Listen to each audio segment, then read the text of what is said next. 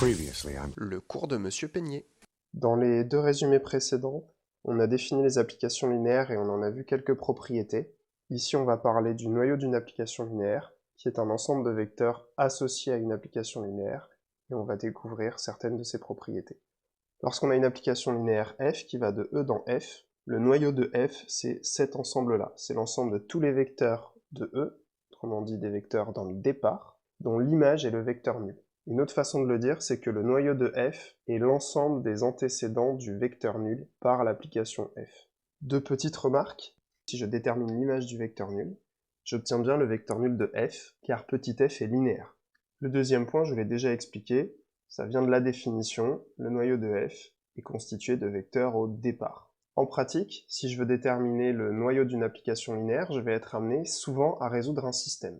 Comme ici où je reprends l'application f qu'on a déjà vu dans les exemples précédents, je fixe un grand X dans le départ et je vais essayer de traduire ce que veut dire que X appartient au noyau de f. Par définition, ça signifie que l'image de X est le vecteur nul. Or, l'image de X, eh bien, grâce à l'expression qui est là, on sait que c'est 2x1 plus 3x2, 3y3. On a donc ce système-ci, qu'on exprime en fonction de l'inconnu secondaire x2. On trouve donc que dire que x est dans le noyau de f, c'est dire que x appartient à cet ensemble-là, qui se trouve être l'espace vectoriel engendré par moins 3 demi, 1, 0. On conclut donc que le noyau de f, c'est le sous-espace vectoriel engendré par le vecteur moins 3 demi, 1, 0. En particulier, le vecteur moins 3 demi, 1, 0 est dans le noyau, et tous ses multiples y sont aussi. On peut reprendre notre fonction g et se poser la même question. Seulement pour g, on a une représentation graphique, donc on a une bonne idée à l'avance de ce qu'on va trouver. En effet, si on se rappelle que g fait subir des rotations dans le sens anti-horaire de 90 degrés à nos vecteurs, eh ben on peut comprendre assez simplement qu'il n'y a que le vecteur nul qui, après rotation, devient le vecteur nul. Alors évidemment, c'est pas une preuve.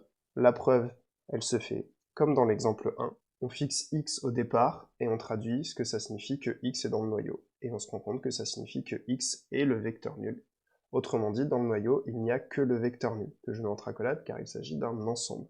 Alors on pourrait se demander pourquoi est-ce qu'on étudie l'ensemble des antécédents du vecteur nul et pas l'ensemble des antécédents d'autres vecteurs. Eh bien c'est parce que cet ensemble-là, le noyau, il a deux propriétés qui nous intéressent. La première, c'est que c'est un sous-espace vectoriel, contrairement à l'ensemble des antécédents de n'importe quel autre vecteur. Et la deuxième, c'est qu'il va nous permettre de caractériser le fait qu'une application linéaire soit injective. En effet, on nous le dit, le noyau de f ne contient que le vecteur nul si et seulement si f est injective.